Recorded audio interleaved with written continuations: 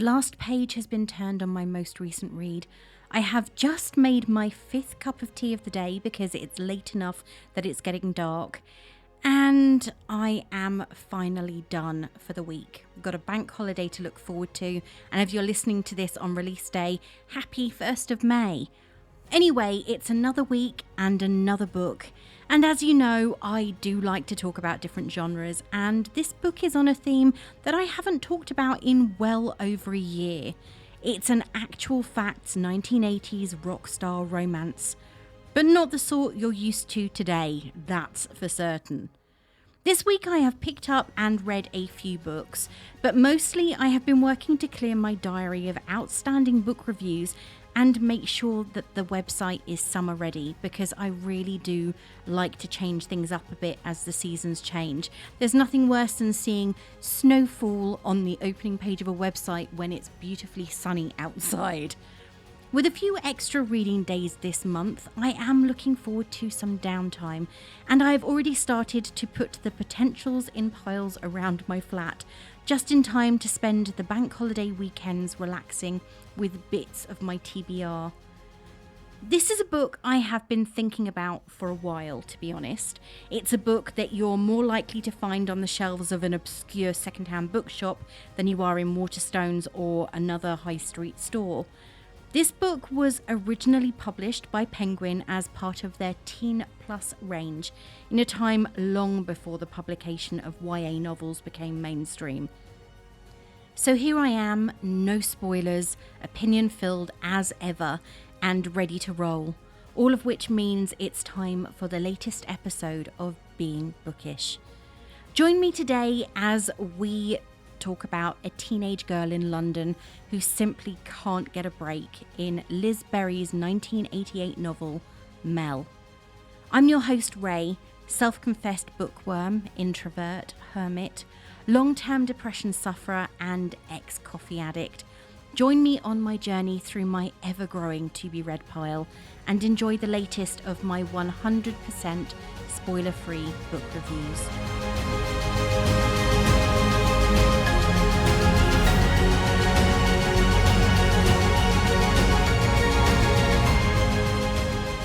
Everyone has their favourite books, and I am sure that I have mentioned before that in my teens I went through a phase of reading books about girls who met slightly older, much wealthier men and found their lives forever changed by these encounters, for multiple reasons. Some of these stories were much tamer than others, especially those that were written as part of the Sweet Dreams series, and then you have books by Liz Berry. Don't get me wrong, I liked the Sweet Dreams books. They were fun, easy reads that I managed to consume at a rate of knots. There were hundreds on the shelves of my school library, stored amongst the many works of the Bronte sisters, Austen and Dickens. However, they lacked something that I discovered the books by Berry included. A little bit of reality, though granted it was incredibly shielded by the somewhat fantastical idea of meeting and having a rock star fall in love with you, almost to the point of obsession. So light a few candles, or perhaps just switch on that reading lamp, because a bit of atmosphere is always a wonderful accompaniment to a reading session. Get yourself a cup of something hot, or a glass of something chilled, depending entirely on when you're listening, and your preference, of course. And let's get started. Nobody wanted to help Mel until her mother had a nervous breakdown, and then the offers came flooding in. Mel is determined not to be sent to her great Aunt Edie's. Instead, she decides to stay put and decorate their squalid house, ready for her mother's homecoming. First, she throws out all the chipped ornaments and the broken television and hangs new curtains in the bedrooms, and discovers she has a real talent for interior design. When Mel meets Mitch Hamilton, a well-known pop star, while searching in a local junk shop, things start looking up. She can't believe it when he actually wants to marry her. Things aren't easy for Mel. She works hard getting the house ready, but isn't prepared for her mother's outburst. Not only does she have to cope with an unstable mother, there's Roxy Lee, Mitch's jealous ex-girlfriend, his posh parents, and Mel's teacher, Keith Edwards, whom she had a crush on ages ago. But Mel's taste for life and her strength to assert her independence help her to cope with these startling changes in her life. This book doesn't hold back. It starts with our main character, Mel, sitting on the embankment at the end of her street, waiting for the moment when a train will come by. She's been planning it for a while. She just wants to die. So, yeah, it's not all happiness and sunshine. For years, Mel has been the victim of abuse from her mother, who is in need of help, but the support just isn't there. So Mel takes the brunt of irrational and repeated violence. Her neighbours can see that she is suffering, but as we go into each of the houses and meet them all, they are talking about Mel, but also acknowledging that they aren't going to interfere, though they know that someone needs to. In this, it's a case of pass the buck, it's not our problem, let someone else deal with it. Unfortunately, no one is dealing with it. Distracted when Mrs. Miller calls her sons Ben and Stevie in for tea, Mel misses her chance, falls and gets some cuts and scrapes, and then, dejected, heads home where her mother is sitting up, tearing pieces of paper into boxes, ready for a move that is never going to happen. The next day, Mel's at school in her art class with the young trainee teacher Keith Edwards, who is also her form tutor, when she's called into the deputy head teacher Mrs. Green's office. It turns out that her mother had a mental breakdown. The police and ambulance were called, and now, after years of no support, social services have decided to stick their oar in. Okay, not exactly their oar in, because many people appreciate the support they get, but as far as Mel's concerned, their sudden interest in who is caring for her is just interfering with her plans, and it's too late. Dee Tracy, the somewhat insipid social worker, tells Mel, who is nearly an adult at 17 and has been looking after herself for years, that she is going to have to go and stay with her great-aunt Edie, a woman who can barely look after herself. The idea is repulsive, so clearly frustrated at this point, Mel tells them that this is not going to happen, that she's going to look after herself as she has been since her mum's first mental break, and possibly for even longer than that. This moment is Mel's declaration of independence. Normally she wouldn't say boo to a goose, so her attitude is actually surprising to Mrs. Green. But she is not going to let someone just come in and tell her how things are going to be when they hadn't shown any interest previously, despite trying to get help for a number of years. That afternoon, Keith Edwards takes Mel home, and though she is ashamed, suddenly she becomes animated as she looks at the property and realises that this can be her project, that she can make something of the place that she had just been surviving in. This is the first moment that Keith realises Mel is attractive, and though he is her teacher, he is less than professional, though it doesn't go any further than him encouraging her to lean on him should she need to. Mel is more than flattered, and the crush she has on him flourishes. She's on her way home one day when she spots some items in the window of a rather messy-looking junk shop. It takes her a while, but she finally walks in and is greeted by a rather rude young man who, in his own way, is handsome and definitely arrogant. He asks her if she wants an autograph, and she laughs it off, only interested in the goods she's seen and wants to buy. Mitch is immediately intrigued, but it's clear Mel isn't interested. He even asks her if she's getting married and seems more than a little relieved when she tells him that she is not, that she's only 17. Okay, I have to ask here, what is it with Liz Berry making her female characters only 17? Not quite an adult and not quite a child, but definitely living an adult life.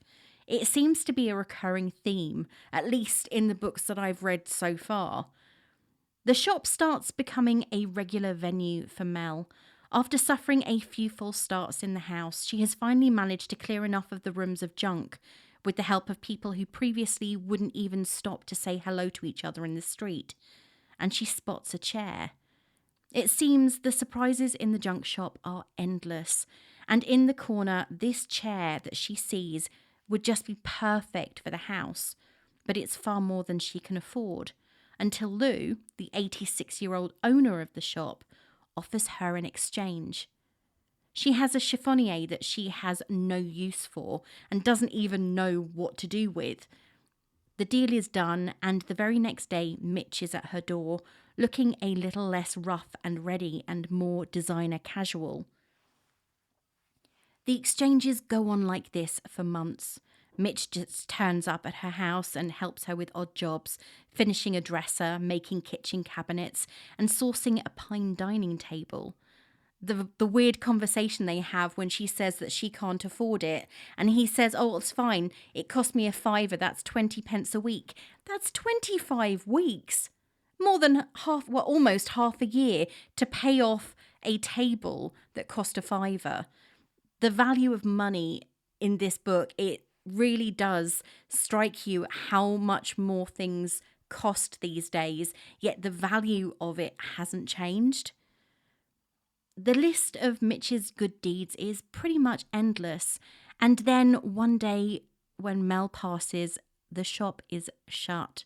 It turns out Lou has taken a tumble and broken his hip, something that is going to take a lot of time for him to heal because he is in his late 80s, despite the fact he is incredibly active. Mel, because she can't bear to see anyone she cares for in pain, offers to open the shop up when he's not able to. It may not make much money, but to Lou, it's his independence, something that Mel can 100% identify with. Using her own initiative, Mel makes a few changes to the shop, and in no time it's actually making proper money. Mitch, in the meantime, has gone away, and his absence is something of a relief, because for some reason something between them has changed that she's not comfortable with. A discomfort that grows when he comes back just before Christmas and talks about spending the holidays with her, making a meal for his friends, and making it sound far cozier than she likes the idea of. Not sure I actually blame her for feeling any of that discomfort right now, because there is no indication that there's anything between them, and he's talking about sharing the holidays with her as though they're an established couple who are just inviting his friends over for tea. Yeah, it's a bit weird. All the time in the background, there's Keith Edwards. He is this smiling, over-friendly teacher. You know the one, he's too handsome and knows it. A little too flirty to be your teacher, but not so flirty that you can say with certainty he's actually flirting. Mel acts as though she's waiting on him to act on an attraction she's sure he feels, when in actual fact he's just stringing her along, although to what end, I'm not actually sure. Christmas passes and Mitch, though angry at Mel's reluctance to spend the holidays with him, is still interested, something that her friend Lucinda can see far clearer than our oblivious heroine. He asks her to go with him to a party that is being held by his record company to celebrate the success of his band Assassination at some swanky hotel. Initially, she refuses, but when he offers the added incentive of a desk she has been admiring for months, she is unable to resist. At this point, I can't help but be just a little reminded of the way that Dev dresses Kathy in Easy Freedom, because Mitch decides to play Pygmalion to Mel's Galatea, deciding on her clothes, her hair, her makeup, all to make the best impression on his bandmates and the head of the record company. Not feeling quite like herself, Mel somehow ends up sleeping with Mitch, an act she pretty much immediately regrets, and thus sets down the path of her own destruction. This book is not a long one, admittedly, but so much happens in so few pages that I could easily tell you everything. But as this book is still in print, I will post the link in the episode notes. I do think that it's one you might like to read for yourself, hopefully. And hopefully I have managed to sell it to you. To reveal everything that happens after this point in the book would be to completely spoil it. And being honest, there is so much more I could dig into in the earlier chapters, but then you wouldn't need to read it at all.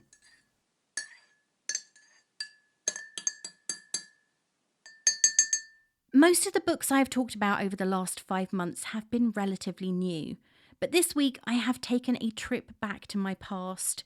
This book is one that was definitely written for a teen audience, though it is nowhere near the same as the type of YA you'll find on the shelves today. It's not part of a series, it's not a fantasy or supernatural. But having thought about it a lot over the last week, and also speaking about it with Christy, who is at Christy_writes on Twitter, the person who actually influenced me into talking about a book this week, and she's rereading it, so I'm eagerly awaiting her views. It is one of those books that is definitely aimed at a YA audience, but maybe the YA of 1980s. Though I have read this book many times over the years, I didn't start to think about reviews until after my latest reread and subsequent skim read to pinpoint the elements I wanted to highlight in my own review. I do want to add here that whatever the outcome of my reading ends up being, I don't let the opinions of others sway me. As with every week, I do find the reviews of others interesting, especially with books that are a little older and a bit harder to get hold of, as this one proved to be. Like the other books by Liz Berry I've already talked about, Easy Connections and Easy Freedom, Mel was out of print for many years, though it is now available on Amazon. I have to be honest, had this book been out of print right now, I probably wouldn't be talking about it, because I don't think it's fair to talk about a book that nobody can get hold of easily. As always, I like to provide a balanced perspective because I think that when it comes to deciding on a new book, having views from both ends of the spectrum is important. I'm not saying that you should allow yourself to be swayed by the views of others or me, because you are the person doing the reading after all. But sometimes they can help you determine whether now is the right time to be reading something, especially if there are sensitive topics involved. Kat gave the book a 3-star review, which is the same rating I gave it upon rereading for the first time in probably a decade, back in 2021. She said, I read this when I was about 13 years old. At the time, it seemed very grown up, as boys were just beginning to interest me. I reread it while home for the holidays, and now some of the plot details just are really unrealistic.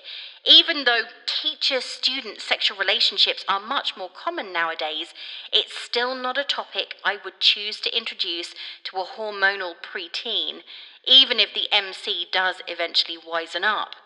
Having said that, it is nostalgia that makes me keep it. It's a fast read, not a terrible overall YA adult book, unlike whiny melodramatic Twilight or Shiver characters, that's worth keeping, even if it's not award-winning material. though this book came out originally in 1988 and has gained something of a cult status among those who remember it, it's not easy to find reviews of any rating. I think that this is probably partially due to the fact that it was out of print for a considerable period of time. The book now wouldn't, unfortunately, be able to compete with others in the same marketplace because it is dated. But that makes it all the more appealing to those of us who really remember the 1980s. And it's the sort of book that, though the themes are still unfortunately relevant today, would seem incredibly dated to a more modern YA audience who have so much choice with everything from ethereal fey princes to 100-year-old vampires. Being completely honest, finding reviews for this book was difficult. Often it will be the reviews for one end of the spectrum or the other that prove complicated to locate. But when it came to Mel, I struggled, searching across a few platforms to find something that wasn't in another language, more than a couple of lines in length, or contained no spoilers. There are a total of 366 ratings and just 32 written reviews on Goodreads, and the book has a really good overall score of 4.13 out of 5. But that didn't make it any easier to find the balance that I really wanted to give you. As I say every single week when it comes to opinions, whether it's for a book, film, or a TV program, every view is personal to the individual who wrote it. So all of these reviews are completely subjective. When it comes to picking a book for yourself, it's always worth looking at more than one review if you're not sure and if you can find them. Though, to be honest, I would ask a friend first if you can, because everyone's opinion is different and a friend is more likely to be honest with you. As I've already mentioned, I had to search across a few sites to find a written 5-star review. Despite the fact that the book has a good score both on Goodreads and Amazon, where it's actually got a 4.7 out of 5 with 69 ratings, finding a fully written review was just not that easy. SPs gave the book 5 stars and titled her review, "A Favourite for 20 Years." She said, I first read this book when I was a teenager after thoroughly enjoying Liz Berry's other book, Easy Connections. I was captured by it and still remember not wanting to put it down. Several years on, I still thought about those books and managed to find a copy in a second-hand bookshop. Reading it again with a more mature perspective only made this book better, and I have had to buy another copy after lending it out so many times that I can't remember who has it. The story itself is about a young adult, 15, 16, who has a very difficult life due to her mother's deteriorating mental health. She struggles along and puts her efforts into making the house a nice place to live after her mum is taken into temporary care, receiving help through her art teacher, friends, neighbours, and the people at an antique shop. Her life takes a very different turn in the course of this, and things become exciting and frightening on a whole new level. An exceptionally good story by an amazing author. If you like to read fiction that mixes believable characters with fantastic but real situations, taking you on an emotional journey, I would recommend reading this book. when reading the reviews that other people have left for any product, you need to take a lot of things into consideration. Just like your opinion of anything, the rating someone gives a book can depend on multiple factors, from how they read it to how they were feeling at the time they read it. Has the reviewer experienced a similar life experience? Do they identify with the main character or someone else in the book? Are they familiar with the situations being described? Of course, we can't see into the heads of every reviewer who leaves a comment on a website, so we have to take each review written with a pinch of salt.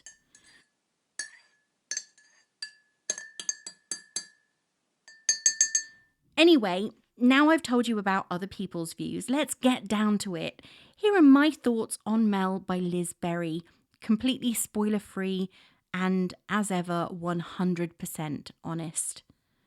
Did I like the book? Though I only gave this book 3 stars when I rated it a couple of years ago, and the rating likely won't change once I've given it a little bit more thought, there is something about Mel which makes me want to revisit it on a relatively regular basis. If I haven't mentioned it enough, I'm a teen of the 1980s. And when this book came out, I was 14, so I was exactly the sort of audience they were targeting. This is why, when I found the hardback of this tale on the shelves in my school library and noticed it was by the same author who had written the duology that I loved so much, Easy Connections and Easy Freedom, I just had to pick it up. For me, this book is pure nostalgia. I pick it up, read the words, and I find myself transported back to the days before mobile phones, when colour CRT TVs were a luxury that not everyone could afford, and you found out the latest news about your favourite band from reading the current issue of Smash Hits. On the surface, Mel is a simple book with an even simpler story. Girl meets boy, boy likes girl, but girl likes someone else. Boy tricks girl into dating him, lies about their relationship. Girl gets annoyed, boy gets jealous. Boy and girl end up together. The end. Wow. Saying that a few times fast, I dare you. As I said, on the surface, it's easy. However, when you dig deeper into the story and look at the messages that Berry is trying to share, sometimes not that subtly, if I'm honest, then you'll find something a lot more complex, a tale with many layers. Sure, Mel is a teenage girl who meets a boy. That's true. However, Mel is also a teenage girl who has been forgotten by an overburdened social system. Her mother is not only suffering from serious mental health issues that Mel is blocked from getting help with resolving, but she's also abusive. Her teachers pretend to be concerned about her, about the bruising that she often comes to school with, but take her excuses at face value and leave her to it. Her neighbours hear the yelling and the screaming, but because they have enough issues of their own, just ignore it because it's none of their business, and to get involved in someone else's problems is to cause more for themselves. I would say don't even get me started on the whole teacher and student relationship thing because, oh boy. But I sort of have to talk about it because it's a part of the book. And though that particular part of the story could easily be buried, it's an issue that shouldn't be swept under the carpet. So, where to start with Keith Edwards? Well, he is in a position of power, and right from the beginning, you can sense that there is something a little bit odd in the way that he treats Mel. Sure, initially you are lulled into this false sense of security, believing that he truly has Mel's best interests at heart, and perhaps for a few moments he really does. The thing about Keith Edwards is that he isn't that much older than the students he's in charge of teaching. Mel is vulnerable, likely a little bit more vulnerable than many of the other students in Keith's class, and when he shows her attention, it could be read that she invites it. But again, I need to stress that she is his student and he is her teacher. Whether he's a student teacher in training or not, that's irregardless. The scenes with Mel and Keith give me a few moments of massive discomfort because he is in a position of authority over her and he is, to a degree, taking advantage of this. From the moment he notices that she is without any form of parental protection, his behaviour is less teacher and more predator, and this only becomes worse after he is made aware that she is sexually active. He pretends that his interest in her is noble, and there are a few moments when he sort of shakes off the attraction he is starting to feel and tells himself that she is in his care, but this brief sign of conscience vanishes when he is alone with her. I sort of get where Mel is coming from here. She has no father figure in her life, and this man who she admires is paying her attention. And when Mitch accuses her of thinking about Keith in an inappropriate way, she acts frustrated that he frightened off the other man because she believes Keith's attentions to be both genuine and a sign of his falling in love with her. In that moment, she is very much the teenage girl we have almost been ignoring she is because of the situation she lives in. Though Mitch shares a lot of qualities with Berry's other male rock star creations, namely Chris and Dev, who I wish I didn't like as much as I do, he is less reliant on his fame and popularity to get him what he wants, which in this case is Mel. He is definitely a lot more subtle than his predecessors when it comes to wooing his unsuspected prey. Yes, I am calling her prey, because there are certain things he does that, despite the fact he doesn't attack her or harm her in any way, that make me angry. Things between Mel and Mitch start off in a way that makes you positive they are either going to end up just being friends, or we're going to get the sort of slow burn that authors like Lynn Painter are well known for. However, from the first moment that Mel walks into his grandfather's antique shop, he is watching her like a hawk watches an unsuspecting dormouse. There are moments when it feels as though Mitch wants her to recognise him as the rock star lead guitarist of Assassination. Seriously, what is with these names? And it seems as though sometimes he is frustrated by her lack of interest in what he does away from the shop. Because to her, it's irrelevant. She's got far more important things on her mind than this guy's career outside of working in a shop that she knows him in. Of course, he is lulling her into a false sense of security, as though he has learned from the actions of others that just taking what he wants doesn't get you too far. Perhaps a later throwaway comment about knowing Chris and Dev from Easy Connections is an indicator of that. Who knows? Anyway, he starts off by helping Mel to repair kitchen cabinets in her home, and then moves on to persuading her to accompany him to an evening at a fancy awards ceremony. This event is where you see what his motive has been all along. Initially, she is reluctant to go, but he uses what he knows about her to his advantage and offers her the one thing he knows she won't turn down in exchange for an evening of his company, an antique desk that she has been admiring for months at the back of the antique shop. That he does this lowers him in my estimations. He manipulates her into doing what he wants, and then when she is drunk and largely unaware of her surroundings, they sleep together. Okay, so you could argue that she went to his flat knowing that this could be the outcome, but she is in an unfamiliar situation and so out of it that she doesn't even consider the possible consequences, at least until the next morning. Sure, on the surface, Mitch is every inch the nice guy. He's been helping her to do up her home, he has been supporting her, being a friend. But when she tells him that she has to leave and that she can't believe they were both so careless when it comes to not using contraception, he laughs and tells her that at least they're engaged. Oh, did I forget that little snippet? To get a jealous ex, Roxy Lee, off his back, he told everyone that he and Mel were engaged to get married.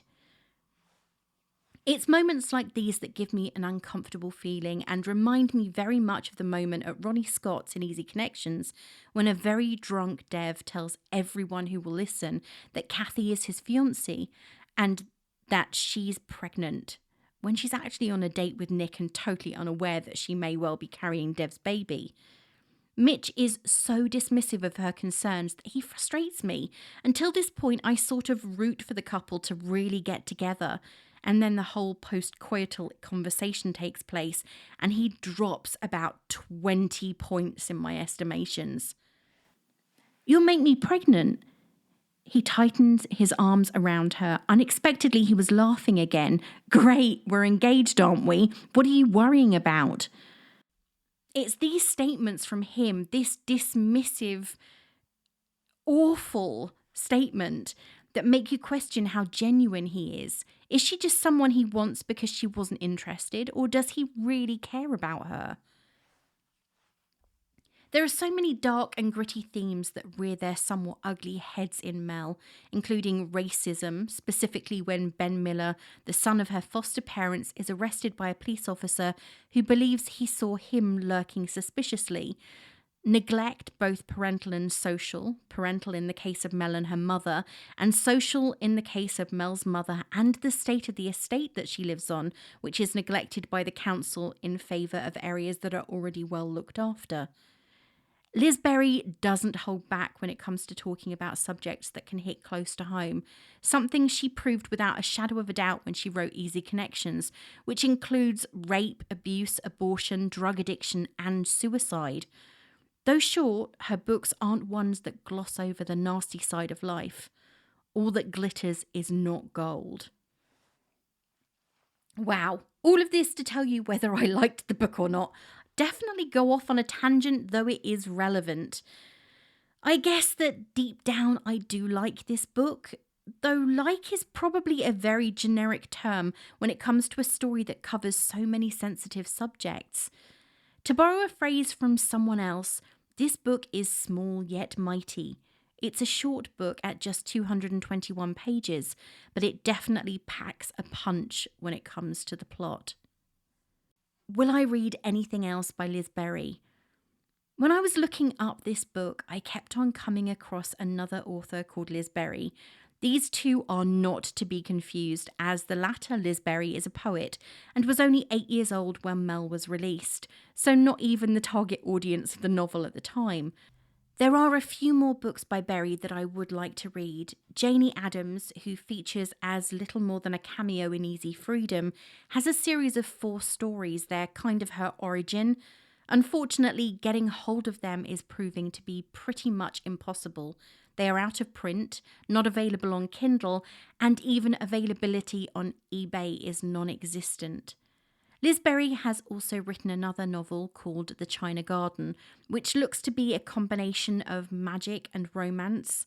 At some point I may well pick this one up, but right now it's not on my TBR or even on my radar. I honestly would love to read a book that closes out the story of Chris, Dev and Kathy, and it would be nice to catch up with Mitch and Mel at some point to find out what happens with them. But who knows what the future holds. If you're looking for something like this, or you loved this and want something else, then you'll love these. Is it okay to say that here is where I come unstuck? Books like this are few and far between because they truly are a product of their time.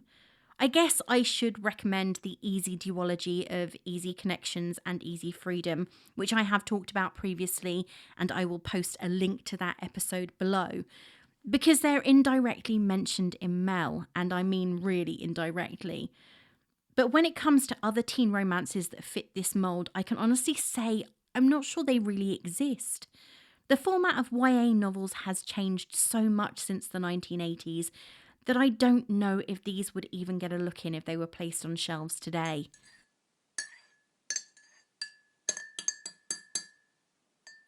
It's been a long and eventful week, and I hope that you've had a chance to listen to last week's interview with Paige Toon. It was great to get the chance to talk to her about her latest book and her past work. And the latest book has now hit the shelves, Only Love Can Hurt Like This, so get your copy if you haven't done so already. I've just added a new stack of books to my TBR, and I am looking forward to reading all of them over the next few months, years, decades. And thanks have to go to Sarah in a book chat I am in for recommending a new online bookshop, Fox Lane Books. I spent a good hour scouring their virtual shelves the other day and added a further 3 hardbacks to my list. Thank you very much. Not that I didn't actually want to buy them anyway. Of course, the fact that I have bought a few new books doesn't mean I have stopped looking for more. If you have any recommendations, whether it's books you've read or books you just want to hear me talk about in my spoiler-free way, send them in my direction. I am always interested in being introduced to new books and new authors. You can send me an email at beingbookishpod@gmail.com.